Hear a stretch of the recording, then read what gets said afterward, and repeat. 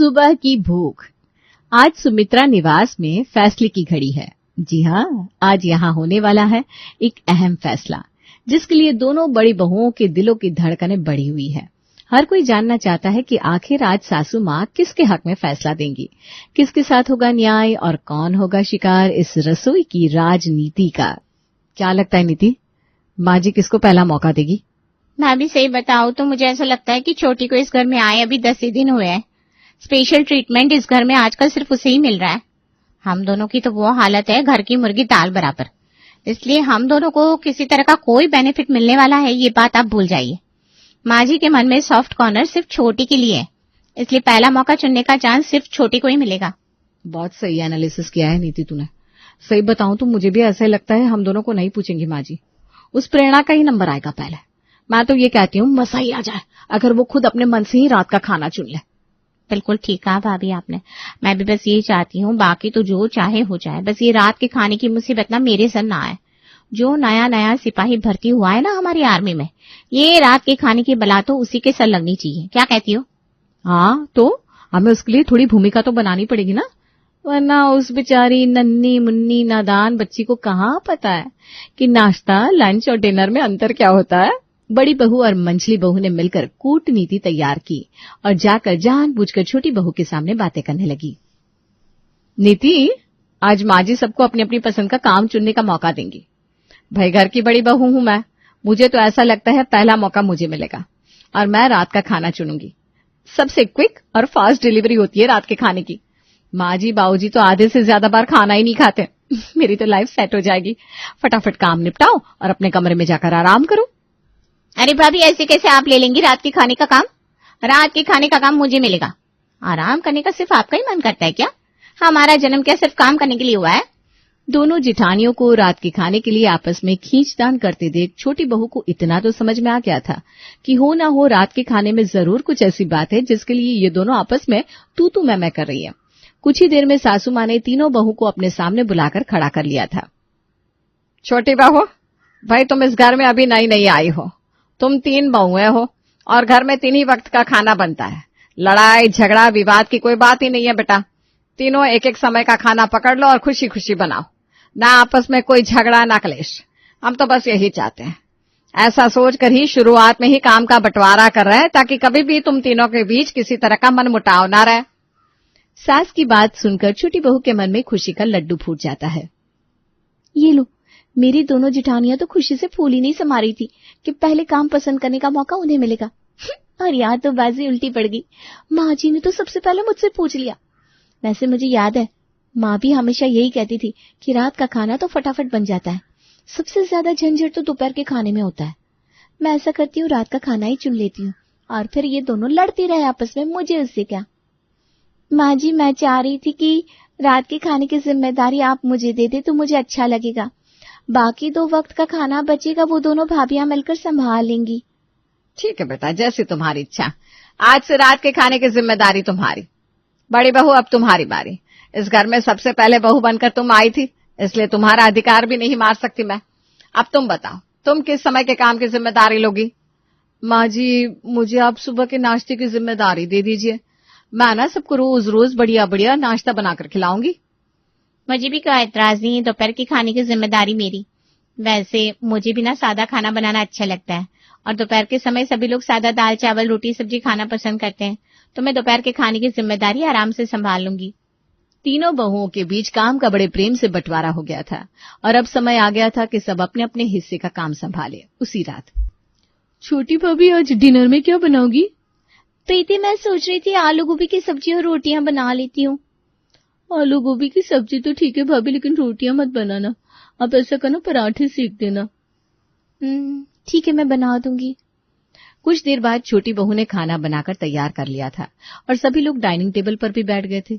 छोटी बहू प्रेरणा गर्मा गर्म पराठे बनाती जा रही थी और सब लोग स्वाद ले लेकर खाते जा रहे थे।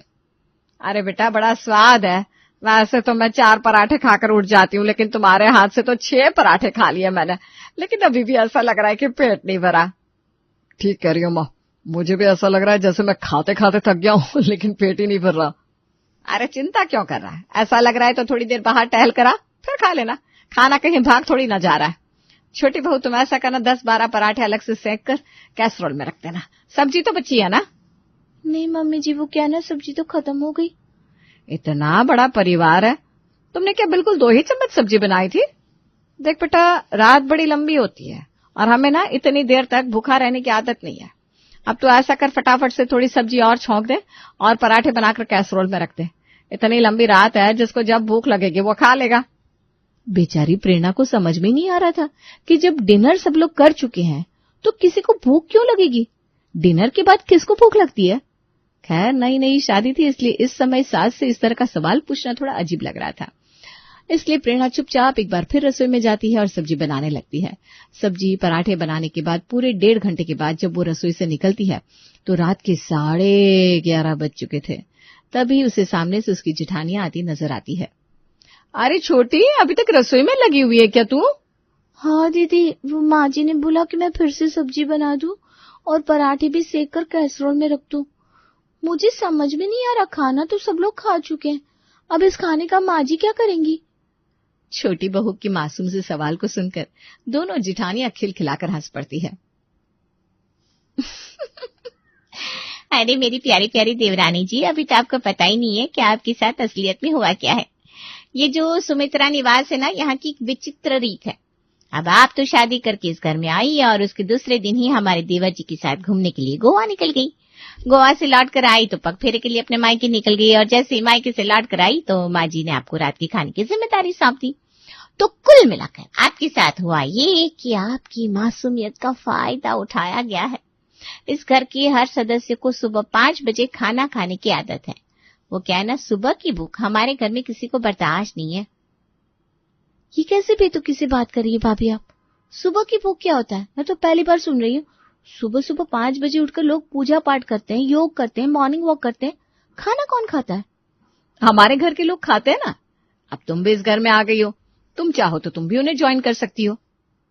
अगर ऐसी बात थी भाभी तो आप लोगों को मुझे बताना चाहिए था ना। आप तो उस दिन रात का खाना लेने के लिए आपस में बहस कर रही थी। इसका मतलब वो सब मुझे जाल में फंसाने की साजिश थी। ठीक कहा ना मैंने?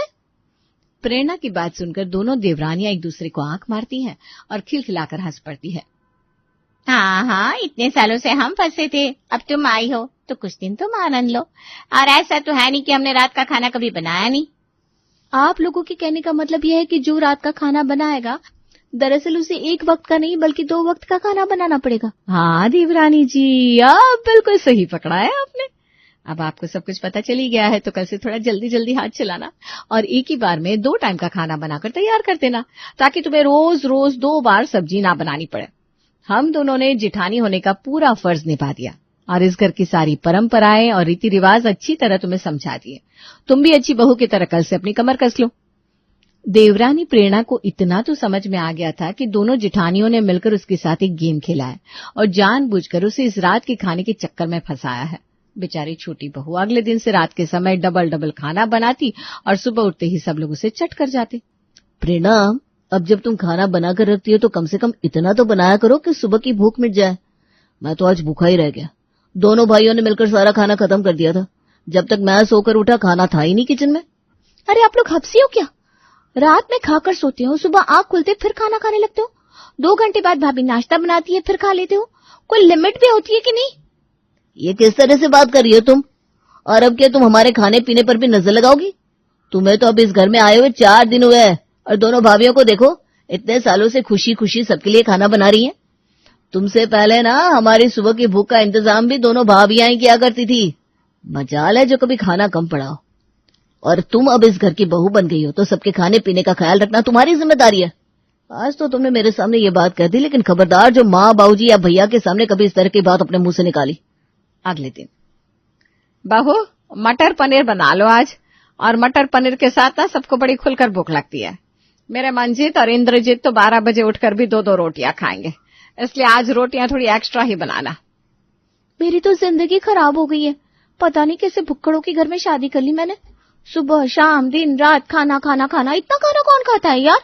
शाम को 6 बजे से खाना बनाने में लगती हूँ मैं और रात के 10:30 बज जाते हैं, लेकिन ये खाना बनाने का काम खत्म नहीं होता। और ऐसा नहीं कि सुबह का खाना भाभियां बनाती है तो मेरे पास कोई और काम नहीं रहता। घर की साफ सफाई, बर्तन, 75 तरह के काम होते हैं घर में। जो कभी सांस लेने भी नहीं देते।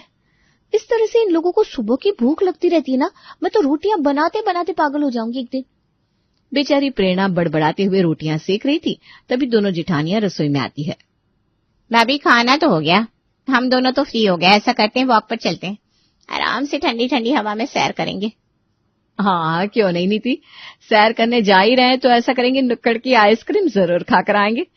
और बड़ी अच्छी मटका कुल्फी बनाता है वो, चल आज तुझे भी ट्राई करवाती हूँ। सच्ची भाभी, इस रात के खाने और सुबह की भूख के चक्कर में ना हम तो इतने सालों से अपनी लाइफ एंजॉय नहीं कर पा रहे थे। मुझे ना खाना खाकर वॉक करने का बड़ा ही शौक है। चलो अब इस रात के खाने की जिम्मेदारी प्रेरणा के ऊपर है, तो हम दोनों तो अपने शौक पूरे कर ही सकते हैं। दोनों जिठानियां उसके जख्मों पर नमक छिड़कने के बाद गुनगुनाते हुए वॉक करने के लिए निकल जाती हैं और बेचारी प्रेरणा अपनी किस्मत पर आंसू बहाते हुए एक बार फिर से रसोई में रोटियां बेलने लगती है। कुछ दिन ऐसे ही बीत जाते हैं। माँ जी देखिए, जिस समय आपने काम का बंटवारा किया था ना, उस समय मैं बिल्कुल नहीं थी। मुझे ब्रेकफास्ट, लंच और डिनर के बीच में अंतर भी नहीं पता था। लेकिन अब इतने महीने तक रात का खाना बनाने के बाद मुझे समझ में आ गया है कि सबसे ज्यादा सर दर्द रात का खाना बनाने में ही होता है। आप प्लीज एक बार फिर से काम का बंटवारा कर दीजिए और ये रात के खाने की जिम्मेदारी दोनों जिठानियों में से किसी एक को दे दीजिए। वो दोनों तो वैसे भी इतने सालों की एक्सपीरियंस वाली है, उनसे रात का खाना बहुत आसानी से मैनेज हो जाएगा। मुझसे ये सब मैनेज नहीं हो पा रहा है। देख बेटा, तू नई है और इस घर में सबसे छोटी है, इसी वजह से मैंने काम चुनने का सबसे पहला मौका तुझे दिया था। अब ये तेरी किस्मत है कि तूने खुद अपने पैरों पर कुल्हाड़ी मारी और रात के खाने को चुन लिया। बेटा, घर में अगर 10 लोग हैं तो पेट पर पट्टी तो बांधेंगे नहीं, जब भूख लगेगी तो खाना तो खाएंगे। इसलिए अब काम से अब जी चुराना छोड़ और घर के कामों में मन लगा। मन मार कर काम करेगी ना तो काम बोझ ही लगेगा। खाना चाहे रात का हो या दिन का, जिम्मेदारी से अपना काम करो बस। ये लोग ऐसे नहीं सुधरने वाले। मैं माँ जी से रिक्वेस्ट करने गई थी और इन्होंने उल्टा मुझे ही ज्ञान देकर भेज दिया। अरे ज्ञान तो मेरे पास भी बहुत है, लेकिन उस ज्ञान से किसी का पेट नहीं भरता। अगले दिन प्रेरणा टीवी में एक पॉडकास्ट तेज आवाज में चला देती है। माँ जी, बाबूजी, ये सुना आपने? ये बहुत बड़े आयुर्वेद के ज्ञाता है। इनका कहना है कि सुबह उठते ही भोजन करने से लीवर पर बहुत जोर पड़ता है और अगर लगातार 10 वर्षों तक ऐसा किया जाए तो लीवर के खराब होने की बहुत प्रबल संभावना है। सही तरीका यह है कि सुबह उठकर सबसे पहले कुछ शारीरिक व्यायाम किया जाए और रात के भोजन को पचाने के लिए खूब सारा पानी पिया जाए और उसके कम से कम 2 घंटे बाद भोजन किया जाए। हाँ बहू, बिल्कुल ठीक कह रही तू। हम लोग तो इतने सालों से बहुत गलत खान पान अपना रहे थे। पता नहीं हम लोगों का लीवर बचा भी है या गला सड़ गया। नहीं बाबूजी, शुभ शुभ बोलिए। मैं हूं ना, मेरे रहते आप लोगों के लीवर को कुछ नहीं होगा। आपको ज्यादा कुछ करने की जरूरत नहीं है। बस ये सुबह की भूख है ना, इसको भूल जाइए और सुबह उठकर खाने के बजाय व्यायाम करने पर जोर दीजिए। जब आप लोग सुबह उठकर गुनगुना पानी पिएंगे, सैर करेंगे, व्यायाम करेंगे तो खुद ब खुद। छोटी बहू बिल्कुल ठीक कह रही है। खबरदार, जो आज के बाद किसी ने भी सुबह उठने के बाद खाने का नाम लिया तो मुझसे बुरा कोई नहीं होगा। अरे इलाज से बेहतर बचाव होता है, इसलिए आज से इस घर में सुबह की भूख का कोई भी नाम नहीं लेगा। प्रेरणा मन ही मन बड़ी खुश थी। मैंने तो कभी सोचा भी नहीं था बाबूजी इतनी आसानी से कन्विंस हो जाएंगी। मेरी प्रॉब्लम तो चुटकी बजाने से ही सॉल्व होगी। अब आएगा मजा। बहुत चिढ़ाती थी ना दोनों जिठानियां मुझे, कभी आइसक्रीम खाकर आती थी, कभी गोलगप्पे। अब मैं इन्हें दिखाऊंगी कि एंजॉय करना किसे कहते हैं। अगले दिन, अरे बेटा ये क्या, तुझे पता है ना रात में एक्स्ट्रा खाना बनाना होता है, फिर ये सारे कैसरोल खाली क्यों पड़े हुए हैं? रोज रोज याद दिलाना पड़ेगा क्या तुम्हें? माँ जी, आप शायद भूल रही हैं। बाबूजी ने आज सुबह क्या कहा था? बाबूजी ने कहा है कि अब से सुबह की भूख के लिए खाना बनाना बंद। इस घर के नियमों में बदलाव हो गया है और अब आप सब लोग सुबह उठकर कसरत करेंगे ना कि फिर रात का बचा हुआ खाना खाएंगे। कुछ तो अपनी सेहत का ख्याल करिए। आप लोग वैसे भी रात का बचा हुआ खाना फ्रिज में रखकर खाते हैं, वो सेहत के लिए खराब होता है और वो भी सुबह उठते ही ठूस लेना, उससे भी ज्यादा सेहत के लिए हानिकारक। हाँ तो बेटा, तेरा ये प्रवचन और ज्ञान भरी बातें तो हमने पहले ही सुन ली थी। मैंने तुझे कब कहा कि ये खाना हम सुबह उठकर खाने वाले हैं? रात में आप सब लोग डिनर कर चुके हैं, सुबह उठकर खाएंगे नहीं तो ये खाना खाएंगे कब? मेरी प्यारी बहू रानी, तू बस खाना बनाने से मतलब रख। अरे मेरे बच्चों से इतने घंटे तक भूखा नहीं रहा जाता, तुझे मैंने बताया था ना। इतनी लंबी रात होती है, बताओ जब पेट में भूख लगी होगी तो नींद भी कैसे आएगी? ठीक है, सुबह 5 बजे नहीं खाएंगे, अब से रात में 2 बजे उठकर खा लिया करेंगे और खाकर फिर से सो जाएंगे। अरे कसरत तो सवेरे 5 बजे करनी है ना, 5 की 5 बजे देखी जाएगी। सास की बात सुनकर अब तो बेचारी बहू प्रेरणा ने अपना माथा ही पीट लिया था। उसे समझ में आ गया था कि इस घर के लोगों का कोई इलाज नहीं है। जब उसे एक बार में 2 वक्त का खाना बनाना ही है तो इस बात से क्या फर्क पड़ता है कि ये लोग रात में 2 बजे उठकर खाएं या सुबह 5 बजे। कुल मिलाकर बेचारी प्रेरणा की सारी मेहनत पानी में चली गई थी और और लगी है बेचारी अभी भी सुबह की भूख का इंतजाम करने में। और क्या।